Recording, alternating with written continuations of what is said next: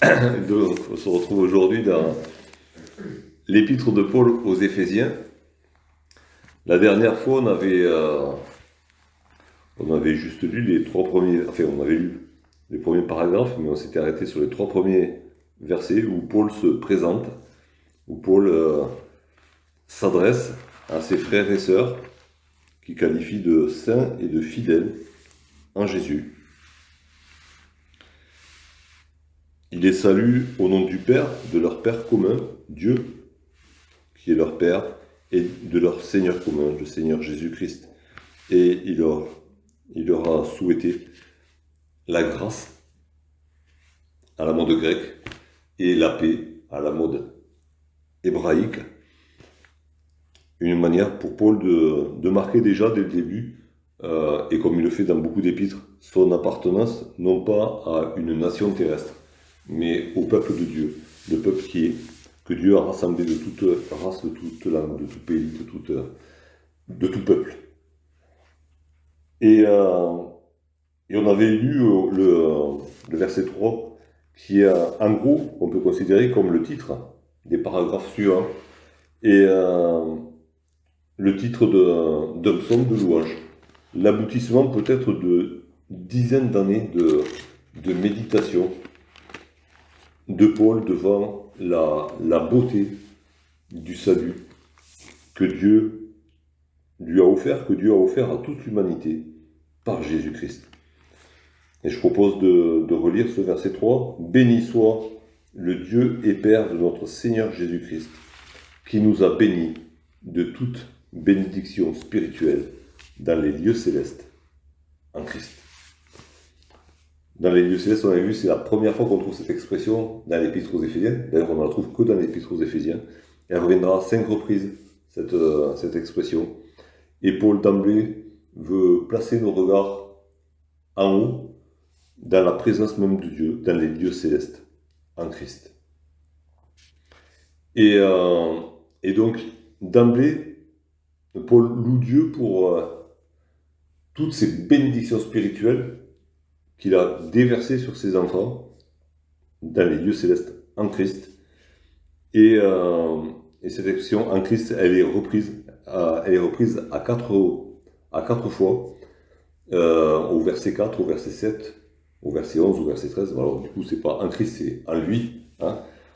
Et à chaque fois, dans ces sous-paragraphes, Paul détaille ce que sont ces bénédictions spirituelles. Toutes ces bénédictions spirituelles. Tout ce que Dieu déverse sur ses enfants sans rien retenir. Il déverse ces bénédictions-là à flot sur tous ses enfants dans les lieux célestes, en Christ. Et du coup, ce soir, je propose de lire des versets 4 à 7 pour voir un aspect de ces bénédictions spirituelles. En lui, Dieu nous a élus avant la fondation du monde, pour que nous soyons saints et irréprochables devant lui. Il nous a prédestinés dans son amour à être ses enfants d'adoption par Jésus-Christ, selon le bon plaisir de sa volonté, pour célébrer la gloire de sa grâce, dont il nous a favorisés dans le bien-aimé. Je ne sais pas si vous avez remarqué, mais ces trois versets ne forment qu'une seule et même phrase. Hein. C'est des phrases du style de l'apôtre Paul, hein, des longues phrases. Et du coup, il y a, pour ceux qui ont d'autres traductions, il y a quelques détails qui changent. Hein. Mais c'est dans 6 traductions françaises, j'ai trouvé 3 et 3. Donc on ne va pas trancher ce soir, c'est pas moi qui vais trancher, je ne suis pas helléniste, donc c'est pas moi qui traduis aucune des versions de la Bible. Mais une des plus grosses différences qu'on peut trouver dans les traductions, c'est juste la place de « dans son amour ». Hein. Alors, certaines traductions le placent au verset 5, « Il nous a prédestinés dans son amour ». D'autres traductions placent cette partie de phrase hein, à la fin du verset 4, hein, sachant qu'à l'époque, quand Paul a écrit, il n'y avait pas de verset, hein, c'était une phrase qui courait d'un bout à l'autre, en grec. Hein, et donc au verset 4, ça donne pour que nous soyons saints et irréprochables dans l'amour devant lui. Donc ça donne des nuances un petit peu, mais rien qui ne se contredise quand même. Hein, voilà. Donc verset 4, en lui, donc en Christ, dans les lieux célestes, Dieu nous a élus. Et ce mot qui est là, Dieu nous a élus, on l'a déjà rencontré l'année dernière dans l'évangile de Jean, dans Jean au chapitre 15. Et du coup, ça nous donne un aspect de la signification de ce mot. Au chapitre 15, dans Jean 15, on le retrouve à 2 reprises. Au verset 16, d'abord, « Ce n'est pas vous qui m'avez choisi, mais moi, je vous ai choisi, et je vous ai établi afin que vous alliez, et que vous portiez du fruit, et que votre fruit demeure. » Et au verset 19,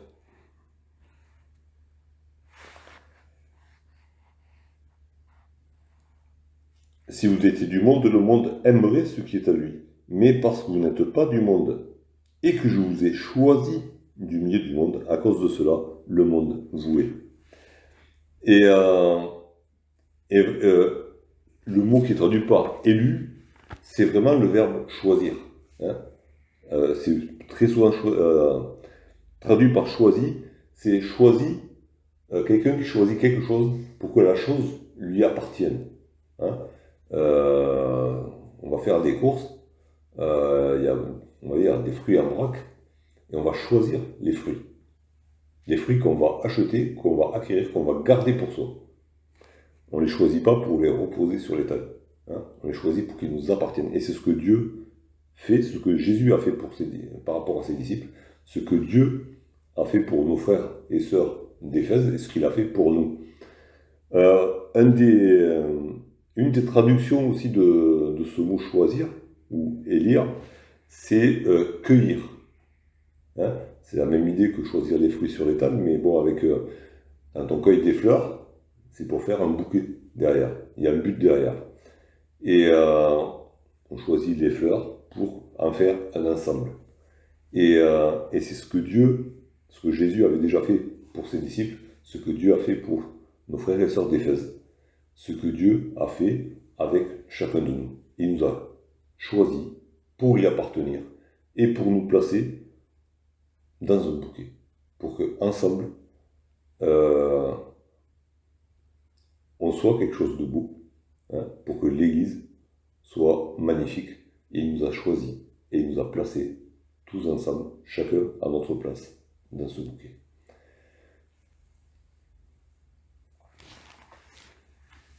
Donc en lui, en Jésus, Dieu nous a choisis, nous a cueillis, nous a recueillis avant la fondation du monde.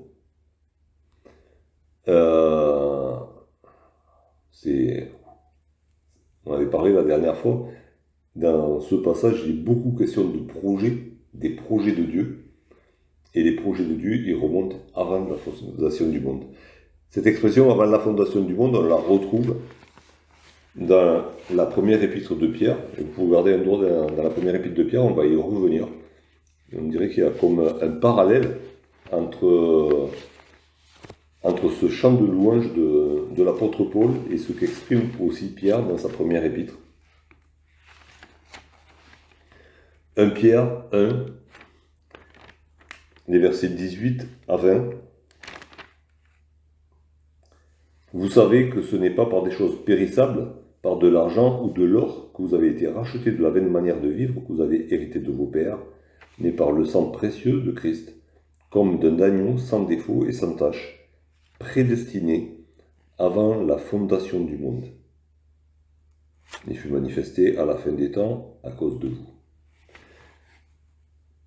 Et on a donc cette expression-là, prédestiné avant la fondation du monde, préconnu avant la fondation du monde. Et si Dieu nous a choisis, si Dieu nous a élus, si Dieu nous a accueillis, c'est en Jésus. Et si son projet remonte avant la fondation du monde de nous choisir, c'est parce que Jésus avait déjà été connu comme l'agneau de Dieu qui ôterait le péché du monde et qui permettrait à Dieu de pouvoir nous choisir, de pouvoir nous acquérir pour lui. Et encore une fois, on en revient à cette expression en lui, en Christ. Tout passe par l'œuvre de Jésus-Christ. C'est par l'œuvre de Jésus-Christ que Dieu a pu mettre à exécution son plan pour nous. C'est parce que Jésus-Christ a obéi, parce que Jésus-Christ s'est offert en sacrifice, parce qu'il est mort et ressuscité, que Dieu a pu nous choisir et nous emmener à lui. Et ce n'est pas du tout à cause de nos mérites, ce n'est pas à cause de nos qualités, ce n'est pas à cause de ce qu'il pourrait y avoir de beau ou de bon à nous que Dieu nous a choisis. Et nous a choisis à travers Jésus-Christ. C'est à travers Jésus-Christ qu'il nous voit et qui nous prend, qui nous choisit. En lui, Dieu nous a élus avant la fondation du monde pour que nous soyons saints. Et là, c'est peut-être le premier pléonasme qu'on trouve dans la langue antique. Le pléonasme est monnaie courante. En français, c'est pas très joli, mais dans les langues antiques, en hébreu, en grec, c'est quelque chose d'assez courant pour montrer l'importance d'une chose, insister sur l'importance d'une chose. Et parce que saint, ça veut dire, entre autres, appartenir à Dieu. Et donc Dieu nous a choisis pour qu'on lui appartienne et pour qu'on lui appartienne, en gros. À 2 reprises, c'est dit que c'est pour qu'on lui appartienne vraiment, qu'on soit vraiment à lui. Bien sûr aussi, il y a le sens de mise à part, sortie du monde. C'est ce que Jésus a dit à ses disciples, je vous ai choisi du milieu du monde. Et du coup, il y a le côté être mis à part du monde, mais c'est vraiment mis à part du monde, mais pas pour être à part, quoi. C'est pour être à Dieu. C'est pas possible d'être à part du monde si c'est pas pour Dieu. Il n'y a pas de no man's land où on pourrait être à part de tout, non. C'est à part du monde pour appartenir à Dieu. Ou alors appartenir à Dieu et du coup être mis à part du monde. C'est la même chose. Et dans la première épître de Pierre, au chapitre 1er, et au verset 15 et 16, il est écrit «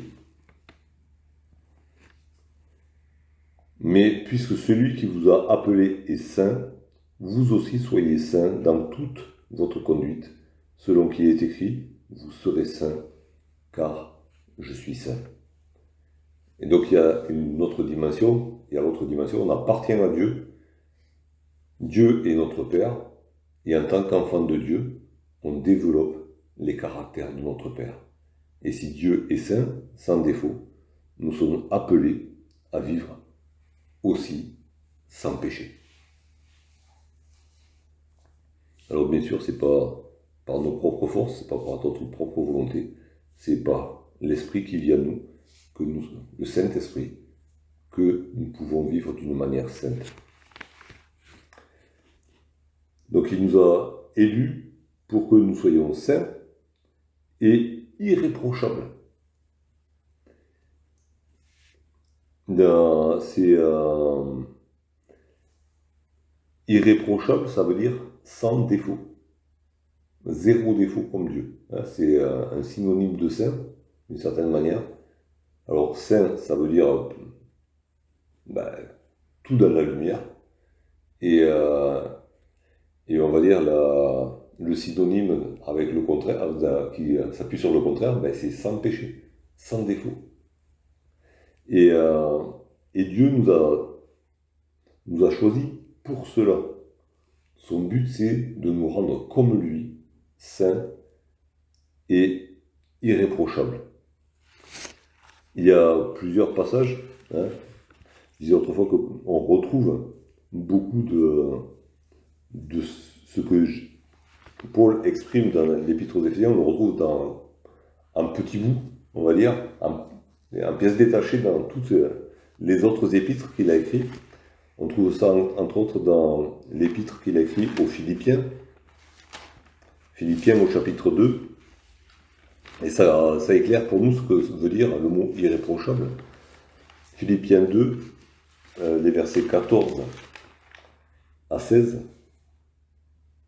Faites toutes choses sans murmure ni hésitation, afin que vous soyez irréprochables et purs, des enfants de Dieu irrépréhensibles, au milieu d'une génération perverse et corrompue, parmi laquelle vous brillez comme des flambeaux dans le monde, portant la parole de vie. À côté des irréprochables, il y a irrépréhensible. Hein, c'est une idée qu'on va retrouver juste après. C'est vraiment auquel on n'a rien à reprocher. On a beau regarder ces personnes saintes et irréprochables, on ne trouve rien pour les accuser. Alors, on reste humain. Hein, les Éphésiens étaient aussi humains que nous, avec leurs faiblesses, mais habités par le Saint-Esprit, et avec cette idée aussi que Paul exprime dans l'Épître aux Romains, qui accusera les élus de Dieu? C'est Dieu qui justifie. Nous sommes justifiés par Jésus-Christ. Et du coup, nous sommes irrépréhensibles, inaccusables. Il n'y a aucun chef d'accusation qui puisse tenir contre nous, non pas à cause de nous, mais à cause de la justice de Jésus, qu'il a fait nôtre. On retrouve aussi cette idée-là dans l'Épître aux Colossiens, exprimée d'une autre manière, Colossiens 1, les versets 21 et 22. Et vous qui étiez autrefois étrangers et ennemis par vos pensées et par vos mauvaises œuvres, il nous a maintenant réconciliés par sa mort dans le corps de sa chair, pour vous faire paraître devant lui saints, sans défaut et sans reproche. C'est le projet de Dieu. On était autrefois ennemis, étrangers aux promesses, étrangers aux bénédictions de Dieu. Mais son projet pour chacun de ses enfants, c'est, après nous avoir réconciliés par Christ avec lui, c'est de nous faire devenir saints, sans défaut, sans reproche. Et on trouve là aussi cette expression « devant lui ». Devant lui, comme on la retrouve dans ce verset 4, « irréprochable devant lui ». Et cette expression qui est là, elle fait penser au jugement de Dieu. C'est au jour du jugement, quand on se présentera devant Dieu. Il veut qu'on soit saint, irréprochable, irrépréhensible, sans reproche. Et nous le sommes déjà par Jésus-Christ. C'est une bénédiction, ça fait partie de cet ensemble de bénédictions spirituelles, hein, dont il nous a bénis. Nous sommes, le jour où nous présenterons devant lui, le jour du jugement, il n'y aura aucun chef d'accusation contre nous. Alors c'est une réalité spirituelle déjà acquise par Jésus-Christ. Et c'est une réalité que Dieu veut nous faire vivre dans nos vies aujourd'hui. C'est acquis pour l'éternité, mais on se voit où on est. Et il veut nous amener à ça pendant notre vie. Il ne veut pas attendre. Alors certes, l'œuvre sera complète et accomplie complètement dans l'éternité, mais c'est déjà maintenant qu'il veut nous le faire vivre. Ça fait partie des bénédictions dont il nous a bénis, déjà. Et au verset 5, il nous a prédestinés. Il nous a prédestinés dans son amour. Alors, bon, puisque j'ai une traduction qui dit dans son amour, donc qu'est-ce qui est le moteur du projet de Dieu envers nous? c'est son amour. C'est son amour parfait, son amour divin, cet amour qui s'oublie soi-même, cet amour qui ne cherche pas son intérêt. C'est le moteur du projet de Dieu pour nous. C'est ce qui est à l'initiative du projet de Dieu pour nous. Dieu n'a pas besoin de nous. Dieu se suffit à lui-même. Le Père, le Fils, le Saint-Esprit se complètent d'une manière qu'on ne peut même pas imaginer. Ils n'ont pas besoin, Dieu n'a pas besoin de qui que ce soit. Mais il nous a aimés. Et son amour a fait qu'il ne pouvait pas nous laisser de côté. Même malgré nous, il ne peut pas le faire. Et c'est ce qui motive ce projet qu'il a. Il nous a prédestinés. Je ne vais pas rentrer dans alors, l'élection, la prédestination, c'est un sujet à débat. Mais on va rester très simple et on va aller voir ce que dit Paul justement dans l'épître qu'il écrit aux Romains, dans Romains au chapitre 8.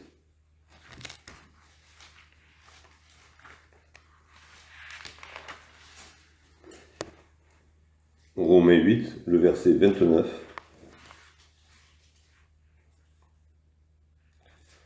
Car ceux qu'il a connus d'avance, il les a aussi prédestinés à être semblables à l'image de son Fils.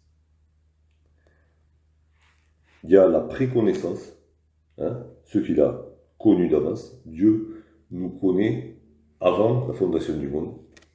Il sait qui va croire, qui va choisir de suivre Jésus-Christ.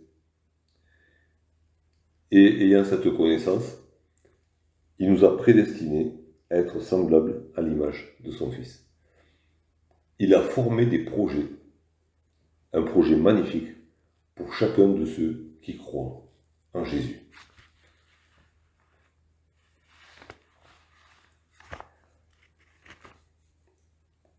Il ne s'agit pas de fatalité, il ne s'agit pas de destin tout écrit.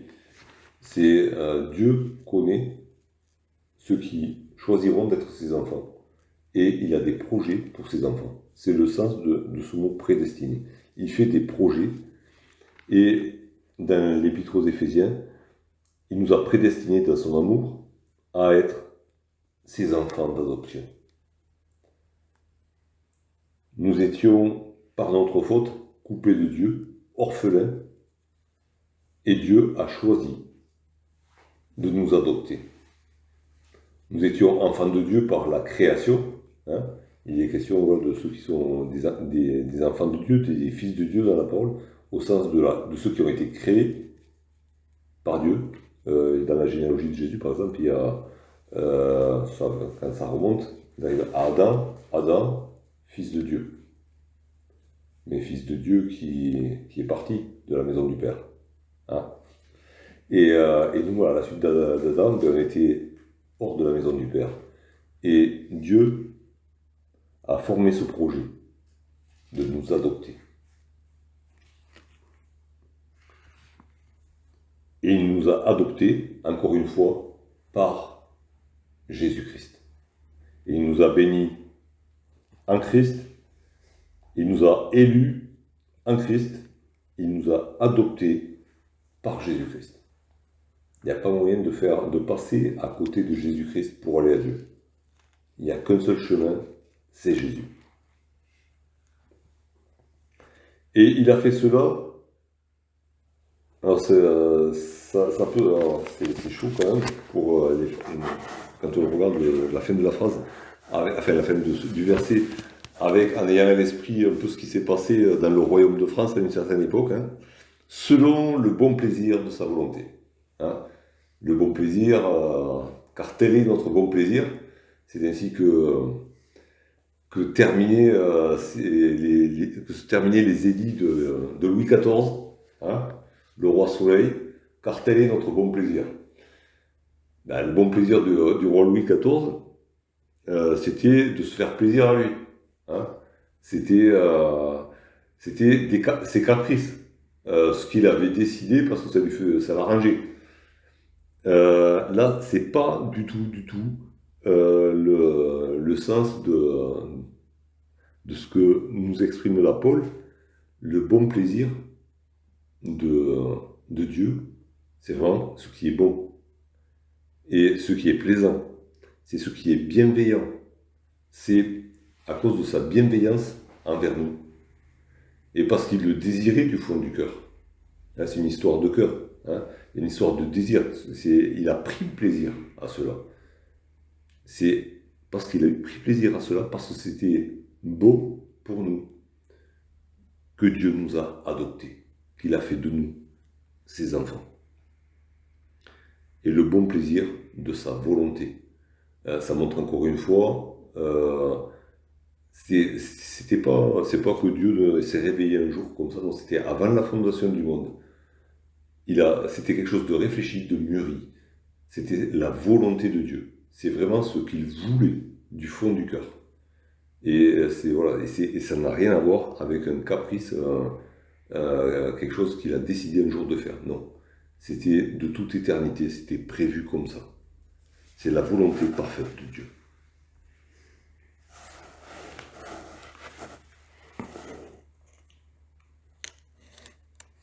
Et au verset 6, Paul nous rappelle, nous dévoile, si on n'avait pas bien compris encore, le but de cela. Pourquoi est-ce que Dieu nous a choisis?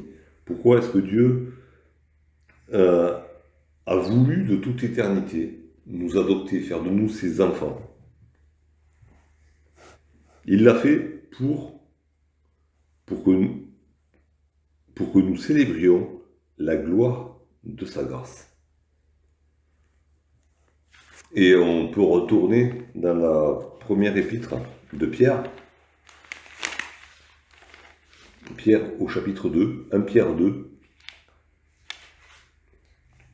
à partir du verset 9, ou juste le verset 9 peut-être. Vous, au contraire, vous êtes une race élue, on retrouve encore ce mot élu, hein, un sacerdoce royal, une nation sainte, on retrouve encore la sainteté, un peuple acquis, et ça fait parler encore, ça parle de l'élection aussi, là, choisi pour être à soi, afin que vous annonciez les vertus de celui qui vous a appelé des ténèbres à son admirable lumière. Et annoncer les vertus, c'est louer, c'est bénir. Hein. Alors, Pierre parle au pluriel quand il parle des vertus. Paul, ici, nous parle d'une vertu en particulier, la grâce de Dieu. Mais l'idée, c'est la même.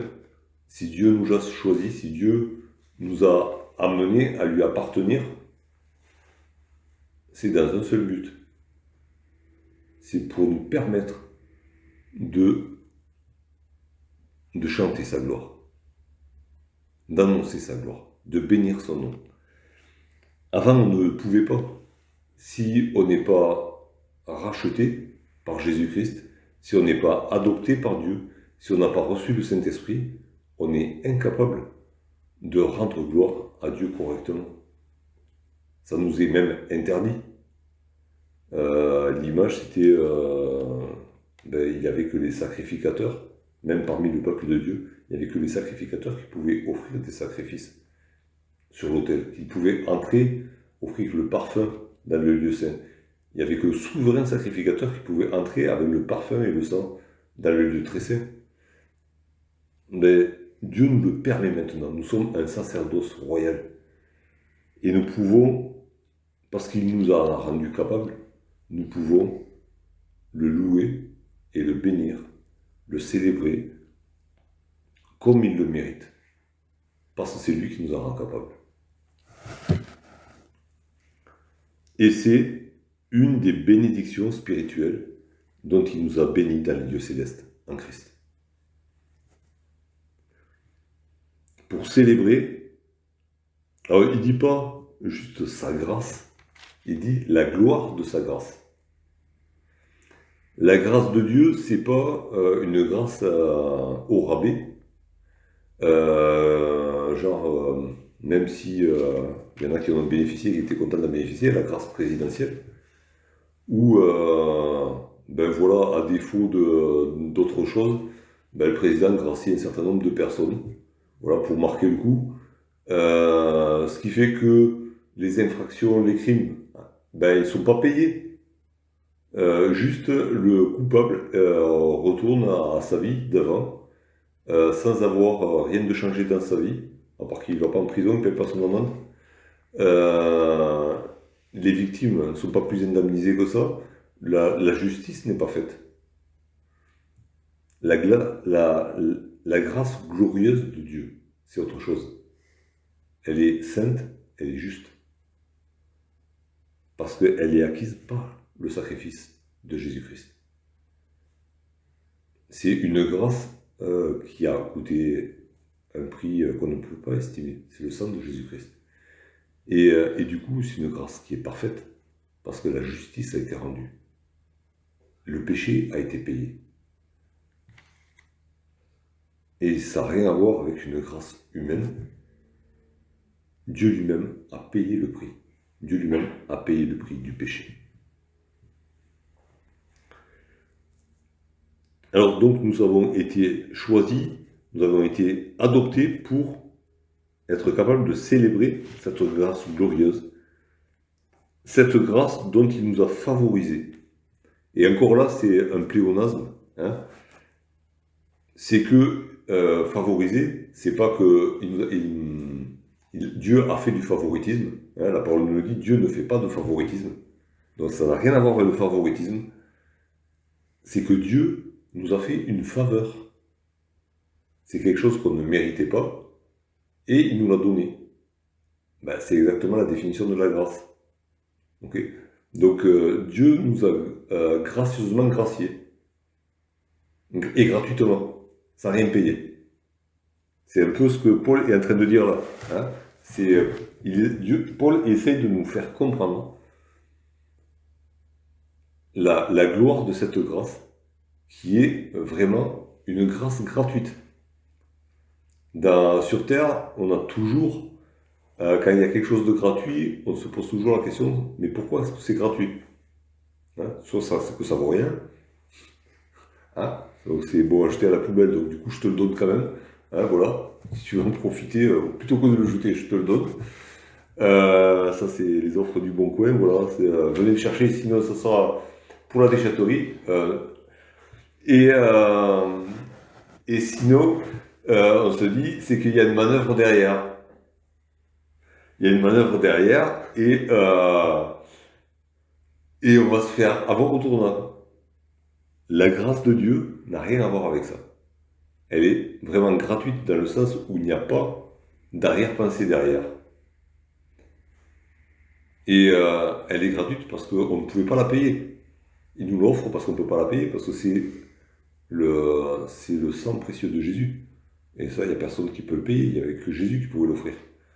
Et du coup, Paul insiste là-dessus, pour que vraiment on se le mette en tête. C'est quelque chose de glorieux, c'est quelque chose qui a une valeur inestimable. Et on est appelé à le célébrer. Et si on a reçu cette grâce, c'est encore répété une fois, c'est dans le bien-aimé. C'est encore une fois en Jésus-Christ. Si on fait le tour de ces 3 versets, on trouve en Jésus, quand il est dit avant la fondation du monde, ben forcément ça fait référence à l'agneau de Dieu qui a été préconnu avant la fondation du monde. Il nous a prédestinés à être ses enfants d'adoption par Jésus-Christ. Et il nous a favorisés de sa grâce dans le bien-aimé. Vraiment, tout passe par Jésus-Christ. Aucune des bénédictions de Dieu ne peut venir sur nous si ce n'est par Jésus-Christ. Et du coup, c'est vraiment ce qu'il a dit dans son introduction au verset 3. Il nous a bénis de toute bénédiction spirituelle dans les lieux célestes en Christ. Et au passage, quand il dit il nous a favorisés dans le bien-aimé, Alors j'ai cherché, j'ai pas fait le tour de toute la concordance, mais à première vue, en regardant un peu en diagonale, c'est en gros la seule fois, parce que bien-aimé, on le retrouve à plusieurs reprises dans le Nouveau Testament, hein. Notamment Paul qui s'adresse à ses frères et sœurs, ou qui parle de ses frères et sœurs. Mais dans le bien-aimé, c'est une expression, je crois, qui n'est que là vraiment, où il y a vraiment deux mots, bien et aimer. Et aimer, ça fait référence à l'amour parfait de Dieu, hein, c'est agapé, c'est l'amour divin, ça n'a rien à voir avec de l'amour humain. Et bien aimer, bien, ça fait référence à la perfection. Alors alors ailleurs dans les évangiles notamment, il est question de quand Dieu se manifeste et qu'il parle aux foules de Jésus, hein, il dit celui-ci est mon fils bien-aimé, mais il y a juste agapé à ce moment-là, ou un dérivé, hein, de agapé, donc l'adjectif qui vient de agapé, mais là il y a agapé et bien à côté. Là encore c'est un pléonasme, hein, l'amour de Dieu il est parfait. Eh bien, il parle de Jésus, Paul nous parle de Jésus, et il nous parle de l'amour du Père pour le Fils, en nous disant, avec un pléonasme, parce qu'il n'y a pas de mots assez grands dans les langues humaines, pour dire que Dieu qui aime parfaitement a aimé Jésus-Christ d'un amour plus que parfait. C'est quelque chose, on n'a pas idée de l'amour qui lie le Père au Fils et le Fils au Père. Et là, Paul emploie voilà, quelque chose que peut-être en grec c'était correct, en français, si on traduit mot à mot, c'est pas du tout correct. Hein. Dieu a aimé Jésus d'un amour parfait, parfaitement parfait. Voilà. C'est à nous que celui qui a des oreilles entende. Voilà. À nous d'écouter cette sublime harmonie de l'amour de Dieu. On est incapable de la reproduire. On peut juste l'écouter. Et elle est intimement associée à la gloire de sa grâce, cet amour. Et quand on entend voilà, cette harmonie céleste qui nous parle de l'amour de Dieu, c'est accolé à la grâce. Et c'est de ce même amour que Dieu nous a aimés. Et c'est à cause de cet amour qu'il nous a adoptés. C'est à cause de cet amour qu'il nous a choisis du milieu du monde. Juste pour l'expression bien-aimé, on le retrouve aussi dans le Cantique des Cantiques. Oui, mais du coup, c'est en hébreu. Comment? Du coup, c'est en hébreu, donc le coup de la concordance, voilà. Je suis d'accord, hein, ça marche. Oui, mais c'est une image du Seigneur. C'est une image du Seigneur. Mais c'est nous par rapport au Seigneur. Par rapport à nous. Voilà, c'est ce que à l'Assemblée. Voilà, et ce qu'on peut ressentir par rapport à notre Seigneur et Sauveur. Quand je parlais de mes recherches dans la concordance, donc du coup c'était avec des mots grecs, hein, le Nouveau Testament.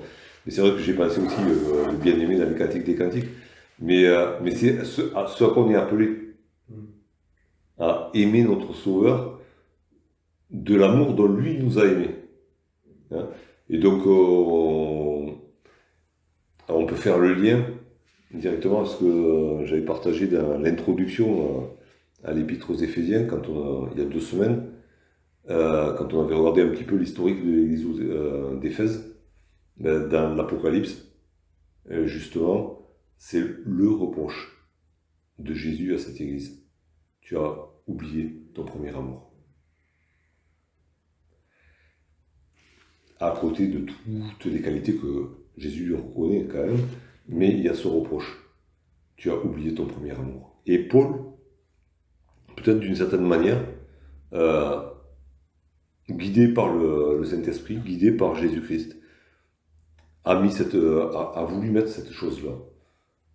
C'est à cause de l'amour de Dieu que vous avez été sauvés. Cet amour parfait, cet amour plus que parfait, cet amour qu'on ne peut pas imaginer, qu'on ne peut pas saisir complètement. Et c'est ça qui doit nourrir notre louange. La contemplation de l'amour de Dieu manifesté en Jésus-Christ, qui nous a sauvés gracieusement. et qui nous a fait entrer dans la maison du Père. C'est ce qui doit nourrir notre louange. Cette conscience qu'on doit avoir du fait que nous avons été bénis de toute bénédiction spirituelle dans les lieux célestes en Jésus-Christ.